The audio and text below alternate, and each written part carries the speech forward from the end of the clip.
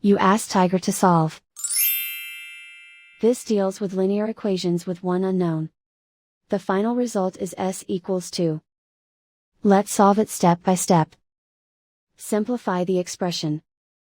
Expand the parentheses. Simplify the arithmetic. Group all constants on the right side of the equation. Subtract 48 from both sides. Simplify the arithmetic.